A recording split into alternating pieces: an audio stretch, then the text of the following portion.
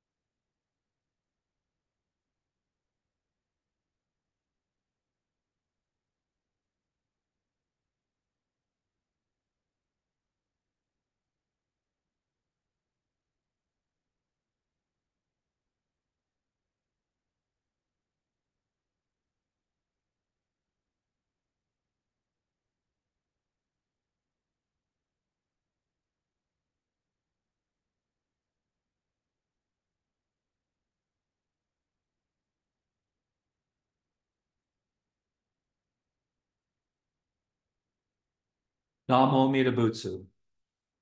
Namo Amida Butsu. Namo Amida Butsu. Namadats, namadats, namadats.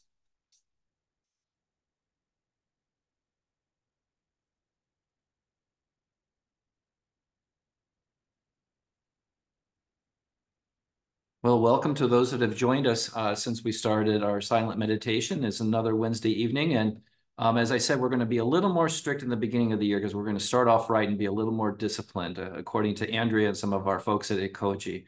So tonight, I'd like us to chant the Jusei together, please. That is on the PDF or page 54 in the Hawaii Red Service book.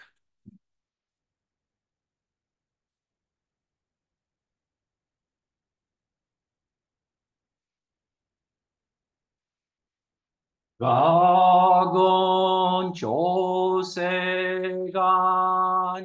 이시무조도 시간 불만족 세프 조쇼각 가오 무료고 Bui Dai Se Shu Busai Shobingu Seifu Joshogak Gashi Jobutsudo Myosho Chojipo Kukyo Mishomon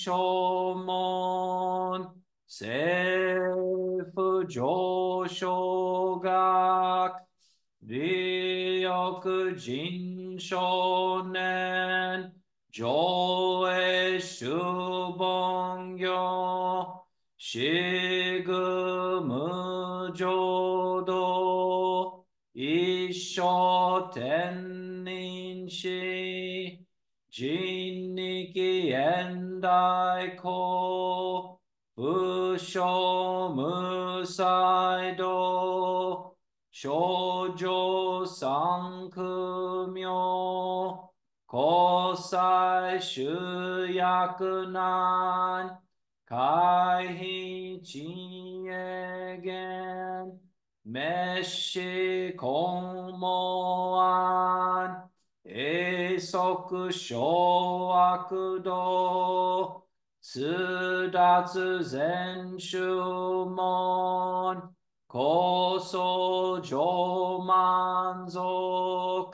いよろじぽ、日月修十期、天候音符源、一種解放像、公正功徳法、上王大修十、説法四式、供養一切仏、具足修徳本、元年出上満、得意三害を、如仏無下知、通達未不詳、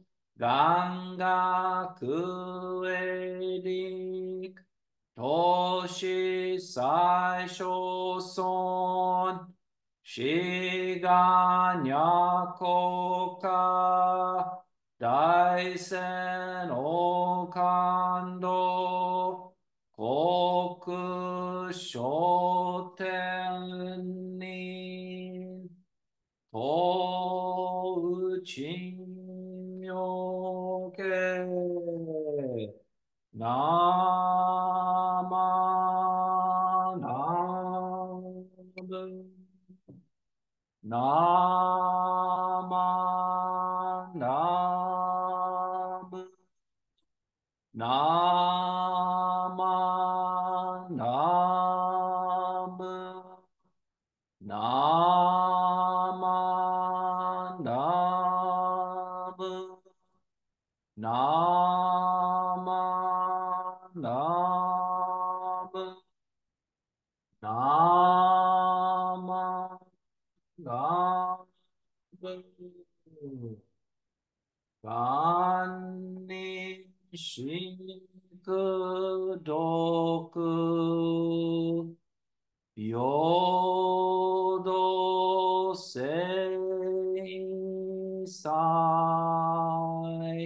同発菩提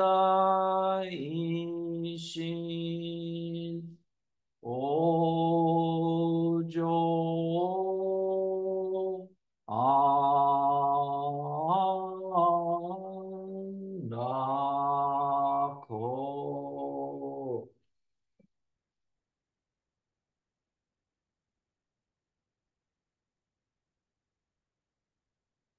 Namadots, namadots, namadots, namadots, namadots, namadots.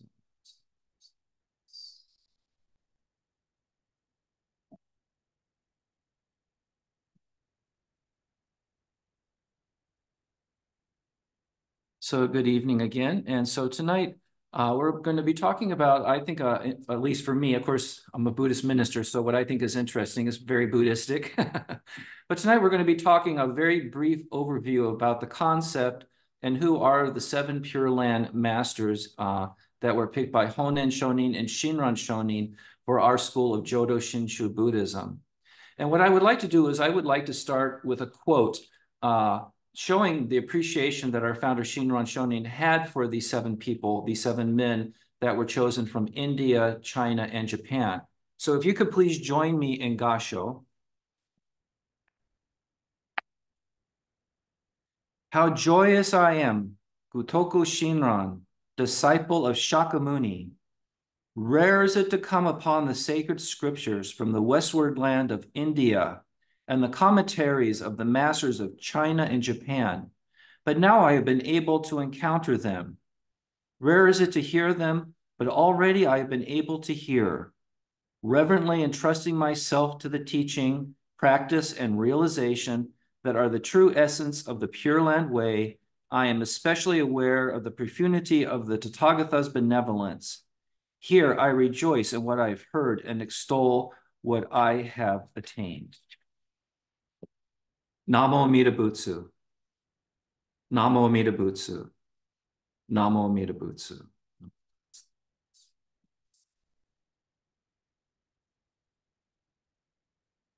We're so fortunate that we have the words of our founder Shinran Shonin, even though that they're over 700 years old, because not only did he want to pass down to us through his writings that he spent the last 20 years of his life working on, he also wanted to share his enthusiasm. The enthusiasm doesn't come out quite as much in his writings. We will talk a little bit about the Shoshinge, which is a poem that he wrote that talked about the key component teachings of Jodo Shinshu. But he was excited about the teachings because, as you remember that we have discussed in previous Dharma talks, or I have discussed, is that he was a monk in the Tendai tradition, and for over 20 years he practiced a form of esoteric Buddhism and discovered in his own personal path that this was not the teaching that was for him. And to emphasize, Shinran never said that this teaching was not relevant for everyone or for other people. He always was referring to that he found that the Pure Land teachings was the path that he needed to follow, and he was grateful that he found that path. So when we look at this, so when Shinran talks about he's so grateful to have appreciate the teachings of these seven masters is from a very sincere point. And I think when you want to, when we reflect upon why he spent 20 years of his life going through all the doctrines and the sutras in Kyoto, because that was the only place that they were concentrated in Japan, we understand because he was impassioned to share these teachings, probably with the Japanese that were living at the time or maybe a few decades afterwards. I think he would be impressed that is going across the world, and here we are 800 years later in a foreign language in a country that did not even exist. We're talking about what he wrote down and try to follow the teachings. So one of the things before we go into the seven Pure Land masters is that Shinran Shonin's master was Honen Shonin, who he followed. And as I've mentioned before, Honen was one of dozens of followers. Shinran is one of the dozens of followers of Honen and was actually a fairly insignificant member of that group. And so he always said that when he wrote things down is that I am trying to understand Honen's teachings. So Shinran never claimed to be creating a different understanding or a different interpretation. But when we look at the writings comparing Honen with Shinran, there are nuances and there are differences. However, he did pick the seven Pure Land masters that Honen chose because he agreed with the doctrinal and scriptural points that he was making in choosing those seven Pure Land masters. Now, before we go into that, the idea of Dharma transmission, which I have given talks at previously at Ekoji, both in person and online, talks about the people, the followers, the monks, the nuns, the Sangha in the generations and the centuries after the life of the historical Buddha, wondering how can we transmit these teachings? And so we understand that in some traditions, like for example, what we call Zen or the Chinese call Chan, they believe that it is a master-disciple transmission. So the legends go from the very beginning that there would be someone that would be understanding the teachings, reach the status of master, and then be able to pass these teachings on to the student. And it's not just more than an intellectual knowledge. As I've mentioned before in some of my talks, as I studied the Japanese tea school, and so I can appreciate the nuances, is that there's more that you transmit than just the teachings. It's like any, I think, martial art like karate or some other sports that you're transmitting the essence and also the philosophy and the ideas behind it, not just the content. And so what they would do is that, and so in these master to student relationships, is that they would take time for someone to be under the apprenticeship of a master. And depending on what school of Buddhism it is, it could be very structured. I've mentioned before that when I went to the Institute of Buddhist Studies, I lived at the dormitory, and it was kind of a who's who of who's Buddhism. So we had a nun from Korea, a Zen nun, a Chan nun from Korea, and we had Bhante, who was a Theravadan monk from Sri Lanka. And it would be so interesting talking to their visitors. And so I remember one time sitting in the kitchen at the Institute of Buddhist Studies, and then in came Bhante, and he goes, "Oh, this is so and so. He is enlightened." Now, as for us from a Jodo Shinshu perspective, that seems a little strange perhaps, but from his background and from his training, this person went through the training, went through the master, and received enlightenment. So I would like to step back and say that maybe for myself, and maybe for you as well, the idea of the Dharma transmission might be something that is a little easier to grasp than enlightenment itself, that this person has studied long enough, they understand the nuances, and they are able to teach themselves. And so this idea of the Dharma transmission from the time of Shakyamuni all the way down to when you think about Shinran and Honen that were over 1,500 years after the Buddha died, and then for us, another 800 years. And so the idea is that, well, how could it be transmitted from person to person? The lineage could be broken. My calculating mind thinks of all the ways that, oh, you have somebody that's trained and then they go and you don't meet them for a session, or they're supposed to come to your village and they don't come. So how does the transmission happen? So Honen and some of the other teachers sat down and they said, well, maybe it does not have to be so literal, this Dharma transmission. Maybe it does not mean that it is literally person to person, that it can be the person's teachings. Now, we have talked before about how sutras were written down, how the teachings were written down, but I would just like to touch a little bit more on the nuance of how the Dharma was transmitted not only from India, but in China itself. So if you look at Buddhist history, there are many people, including some people that were alive in Japan at the time of Shinran Shonin, that would take these pilgrimages. They would give the potentiality of losing their life to go to study the teachings. So for example, we understand that Shinran was a Tendai monk. Tendai is actually formed originally in China. And so there is a monastery in China which they believe that the Tendai teachings originated. So the Tendai monks from Japan would take the boats across from Japan to mainland China. And maybe a lot of people aren't aware, but the Japanese at this point in history were not very good at seafaring. That they were very good at having their boats go along the coast of Japan, but like going across to China, it was a very risky proposition. A lot of people did not make it. So even just going from Japan to China, forget about going through China and climbing the mountains to go to these monasteries. And so the drive of these monks to go and be gone for 8 years, 15 years, 20 years, to go study in these foreign countries and then come back and then share not only the writings, they would bring back the sutras, they bring back the scrolls, and then they would start establishing the teachings in Japan. And so, not to get into too much detail, but you have to realize that the Chinese monks did the same thing going to India. So the idea is that the Chinese monks are like, well, we want to go to the source. We want to go to India because until about the 13th century, Buddhism was alive and thriving in India. And interestingly enough, for cultural reasons, traditionally, the Indian culture does not take very good history of their present situation, meaning that the ideas of having diaries about what's going on at a university or what's going on in the government is very different than it is in China, which is very specialized. So the greatest records that we have that still exist to this day about what it was like to go to India in the 12th century when the universities were thriving and there were thousands of monks and nuns going and learning the Dharma is from these Chinese diaries. And they would go, and again, these diaries, these people were gone for over 10 years, going to India, taking the sutras back. And then you have to realize, then they come back, and then the Japanese come and take it from them in that same procedure. So this Dharma lineage takes on a completely different focus and feeling for everyone, because in our mass communication, obviously, is extreme. But even 100 years ago, to go to China or Japan, you had to take a boat. And I think for the appreciation that these monks, and many of them gave their lives, they did not come back. And so for the transmission of the Dharma to come, and then those sutras would come in. And so you have to look at the sutras that are written probably in Sanskrit from India. And then you've got all of these organizations. And in China, they had a magistrate that would translate the sutras into Chinese. And then, so all of this for that Dharma lineage that we would have, that our founder, Shinran Shonin, would be able to read in Kyoto, 800 years ago is phenomenal.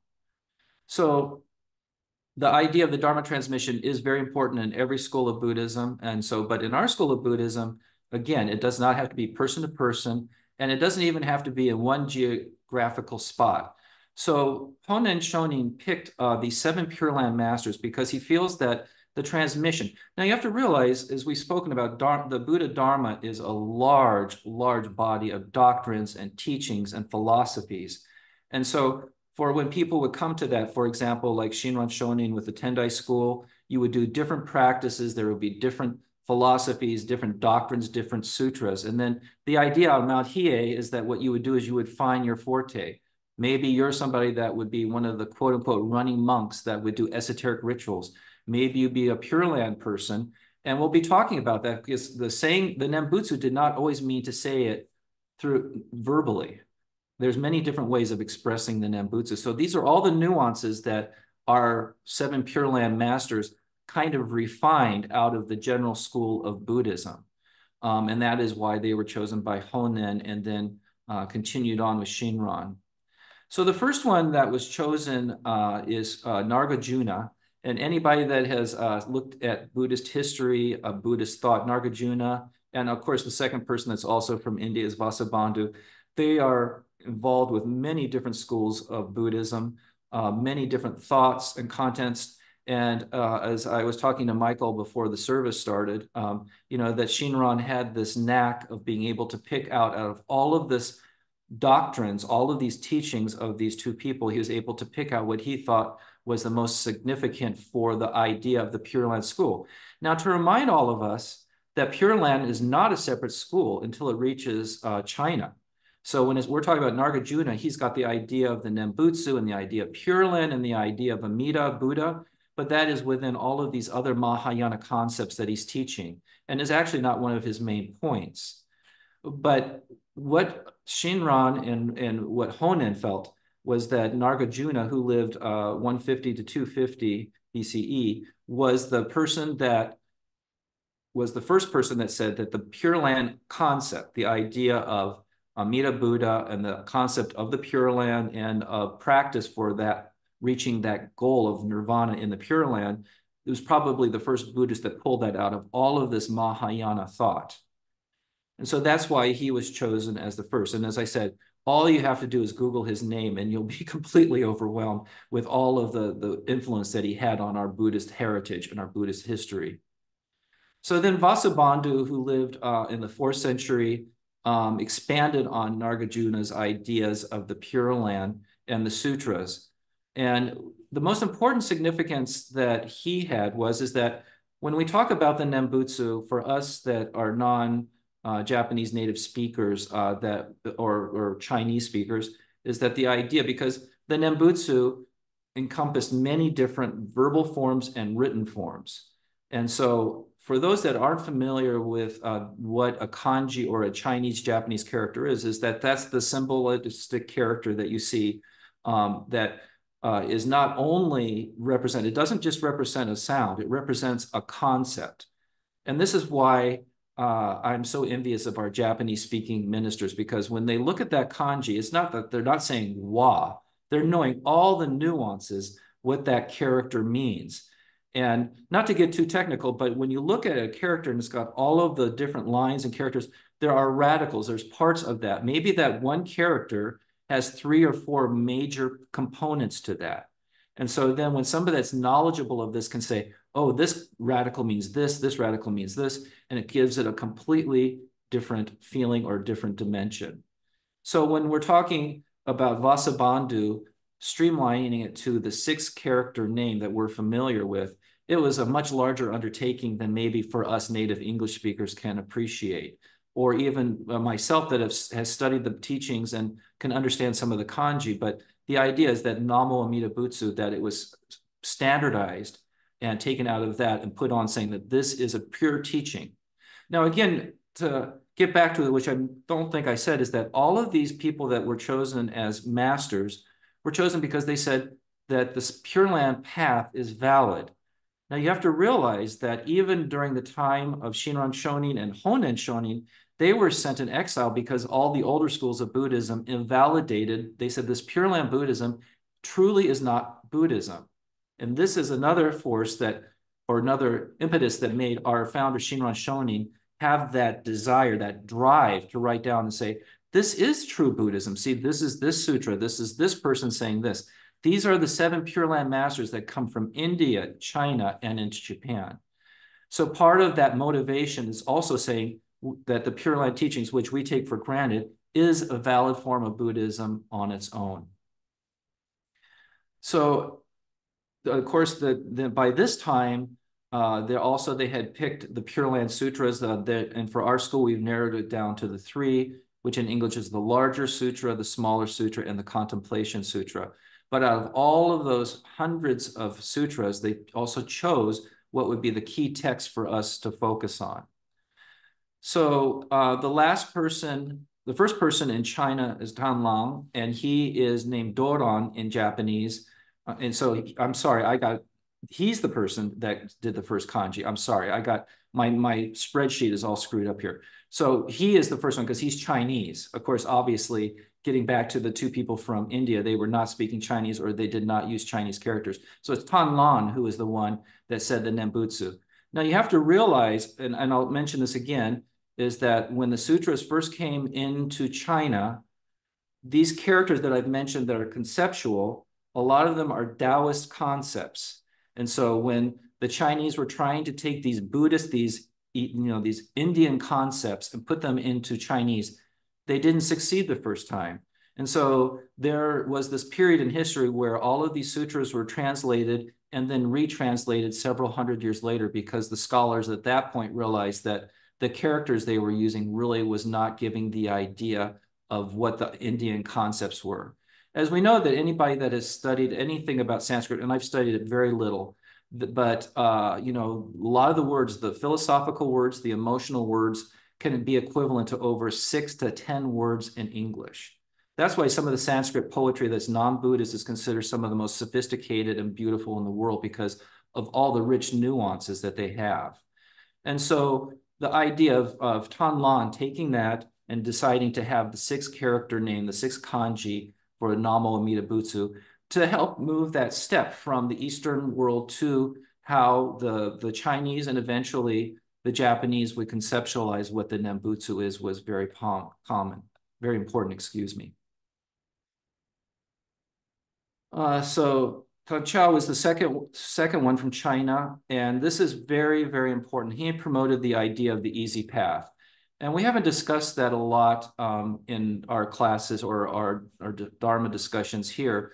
But one of the things that when we talk about what's different about Pure Land Buddhism is that it's one of the schools that talks about the easy path and the difficult path. And in English, it makes it very clear. The easy path would be Jodo Shinshu or Pure Land Buddhism. You do the recitation of the Nembutsu. You do not need to do these practices. You do not need to do meditation to reach enlightenment. The difficult paths are the traditional paths where there's a lot of ritual that you need to follow. And I would think that this came out of, this is, I think, a very concrete example of how Honen and Shinran, who were Tendai monks, were looking at their training on Mount Hiei and saying that, and Shinran said that I could not do these practices. I've tried them for all these years and I have failed at them. And that's why they focused on the one practice of saying the Nembutsu. Now, we won't get into Japanese history. We've talked about it before, but during the lifetime of Shinran and Nichiren and Dogen, there was this mass movement in Japan that Buddhism, you do not have to need to study all these different practices and doctrines. There's a one practice. And for Pure Land, it's the Nembutsu, which will turn into the recitation of the Nembutsu, saying it verbally, which is not always what was practiced in China or still is not practiced by some Pure Land schools today. Shandao Zendo stressed the importance of the verbal recitation. Now, when I say, I won't go into great detail because the history of Pure Land Buddhism, we talked about the 3 sutras. There's the larger sutra, the smaller sutra, and the contemplation sutra. Now, if you read the contemplation sutra, it literally is a manual for you to go into a meditative state. It talks about looking at the sun and visualizing ice and visualizing these different types of practices. There are mandalas that are in Pure Land Buddhism, which you can visualize what the Pure Land looks like. Our perspective is very different because Shinran and Honen took a different approach to that. But to this day, there are many Buddhists, Pure Land Buddhists in the world that will practice these visualization meditations, and that is considered Nembutsu. So we have to realize that in our very Japanese-centric view of what Pure Land Buddhism, the Nembutsu, we think of it as being recitation. But in other schools of Pure Land, it encompasses visual meditation and other forms of practice. And so actually, some of the history of Japan, even at the beginning of when Honen was teaching, there was dancing Nembutsu. There's talking about people that were in Kyoto where they would dance the Nembutsu and they would be practicing and they'd be saying the Nembutsu and they'd be dancing it. Or they would write down the 6 characters, Namo Amida Butsu, and they give out as many amulets as they can. There are still hundreds of them that exist in Japan, but that was a form of Nembutsu practice. It wasn't just verbal recitation. However, Chantal was the one that was suggested that we focus on saying it verbally. And I think that part of this is getting away from the more extreme, not extreme, but maybe the more esoteric forms of Buddhist practice, the visualization of, doing recitation, memorizing texts, trying to get away from that into a more form that the everyday person can use. So now we've come to Japan, and Genshin is very important. And again, all of these Pure Land masters, this is just a brief summary. I'm just wanting to give you a taste of how important the Pure Land masters are to our tradition and specifically our understanding of Pure Land Buddhism. So please look them up. Genshin he wrote doctrines for the everyday person. His whole point was in Japan, in Japanese, to make sure that people could understand that the Pure Land practices are a significant part of the Buddhist path and are attainable by the everyday person. And I don't like to use this word in English because I was raised Christian, but they talk about the concept of salvation. And you can take that the way that you want, but the idea goes from doing Buddhist practice to receive the equality of a Buddha, being like equal to a Buddha, which is, if you read Shinran, he's very clearly that he says, when you reach nirvana, you are equivalent to a Buddha or Shakyamuni, but he doesn't say you are. And so in this context of Genshin, he's talking about the Pure Land practice within the larger context of Buddhist teachings. It's not until Honen, who is later, which is also Japanese and Shinran's master, that he is the one that proclaims that, that we should have, Pure Land should be a separate school. And guess who is persecuted and has all of his disciples sent by the Emperor of Japan into exile? It's Honen, because of this institutional structure where the monks were going, the older established Buddhist community can see that they've got all these former Tendai monks, including Honen and Shinran. They're leaving the temple. They're meeting in Kyoto. If you look at the history of Shinran and the process of him deciding to follow the Pure Land path, he would literally come from Mount Hiei to hear Honen in Kyoto. And so you can see from a modern perspective, it's like the emperor's like, oh my gosh, everything is falling apart. All these monks are coming from their different traditions. They're meeting this person in Kyoto. I've actually read an article when I was at the Institute of Buddhist Studies that said maybe the perception is that Honen was not a cult leader in our sense of the word, but what's going on? Who is this person that has the charisma to bring these monks from other denominations and have them not convert, but actually, when you think about Shinran, he said, Tendai didn't work for me. I find that the Pure Land teachings are. So in a sense, converting to Pure Land. And that is one of the reasons that they believe. And for those that think that Buddhists are always humble and quiet, no, we're not always humble and quiet. Some of our ancestors would go around saying, the Pure Land is the only way, your school is old and da-da-da-da-da. And so that's when that they wrote the 7-page proclamation where they're basically telling the followers you need to be respectful of other traditions and you're excited about the Pure Land, but you need to respect other traditions. And that's another influence on, I think, why Pure Land Buddhism, was persecuted and that Honen's disciples and himself were sent into exile. Because it was more of that institutional aspect of that, okay, it's going from like, oh, the Pure Land teachings are relevant. Oh, you can practice the Nembutsu, you can say the Nembutsu, to all of a sudden, it's a school, it's a pure form, and all you need is the Nembutsu. And you can understand why Tendai monks and monks from other denominations, other schools are saying, wow, you've pared this down too much. You've taken out all the essence of it. So you can see the give and take with that. So those are the seven Pure Land masters in a very general way of why Shinran Shonin and Honen thought that they were significant. So it goes from having the idea of the Pure Land being validated in India to coming to China. And interestingly enough, we could debate or talk about that in the discussion. If the form of Pure Land Buddhism that was discussed in ancient India went directly to Japan, would it have been as easy accessible? Did it need to go through China and have a Chinese flavoring? Did it need to have the Namo Amida Butsu characters for it to be accepted so broadly in Japan? That's a very interesting question. So the last thing that I would like to finish up with is that, as I said at the beginning of this talk, that Shinran Shonin was very passionate about showing that these teachings, that the Pure Land teachings are valid by writing all of these doctrinal things in the Kyogyo Shinsho, but he did write the Shoshinge, which is a poem and written in contemporary Japanese of that period, where the rest of his writings were in classical Chinese. And what it talks about in the first part, it talks about Amida Buddha and Shinjin and faith. But then the second part of the Shoshinge focuses on a lot about the seven Pure Land masters and their contributions to thoughts. So some of those, I've reintroduced Asaji here at New York. So on the 16th of every month at 11 o'clock, as many people as they want come to the temple and we chant the Shoshinge. And then we go out for lunch. It's a very nice, very personal thing. But for those that do chant the Shoshinge are familiar with it, it was helpful for me to be reminded because it's such an important document that us that go through ordination, we're supposed to memorize it, right, Eric? So we went through ordination and we memorized it.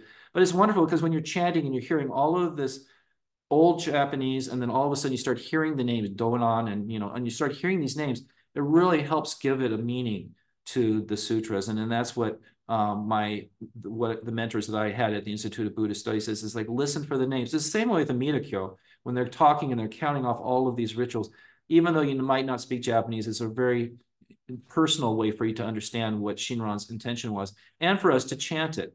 Instead of talking about it, we're chanting it and we're going in the chant and then we're expressing it in a different way. And I think that it would be very important for Shinran to know that we're just not reading it, but we are actually chanting it and expressing it in a passionate way. So I want to thank you for joining me on this talk, and I'm looking forward to our discussion group on the seven Pure Land Masters. But before I conclude my Dharma talk, I would like to reread that passage, and maybe now you'll understand some of the passion that Shinran had behind this passage. So please join me in Gasho. How joyous I am, Gutaku Shinran, disciple of Shakyamuni. Rare is it to come upon the sacred scriptures from the westward land of India and the commentaries of the masters of India and Japan, but now I have been able to encounter them.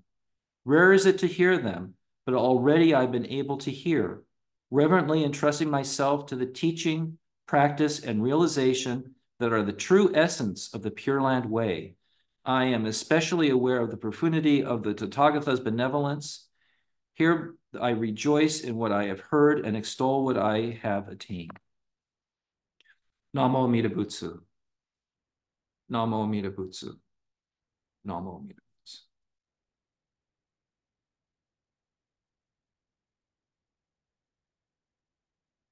Okay, if you could join me, please, in a group reading of the Creed on page 4 of the Hawaii Service Book. Creed 2. Casting off the self-power mind of the varied practices and disciplines, we entrust ourselves singly minded to Amida Tathagata to save us in regard to the one great matter of birth. With one thought moment of entrusting, we know that we are saved and that our birth is settled. After this, we say the name in joy and gratitude, repaying the Buddha's graciousness. We acknowledge gratefully that we are able to hear and understand this teaching because of the benevolence of our master, having appeared in this world and of the successors in the transmission. And the good teachers, those words were not shallow. Beyond this, we will observe the established rules of conduct throughout our lives. Namo Amida Butsu. Namo Amida Butsu. Namo Amida Butsu.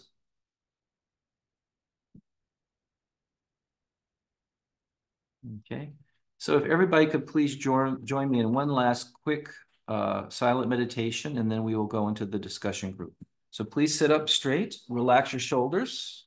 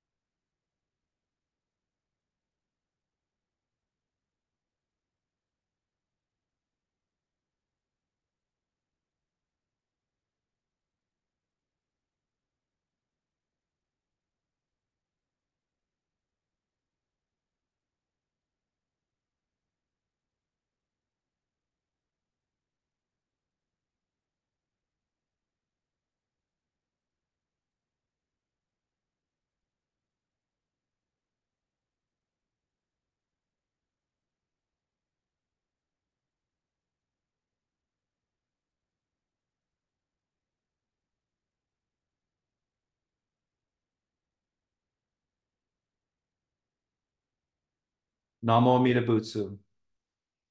Namo Amida Butsu. Namo Amida Butsu. Namo Dots. Namo Dots.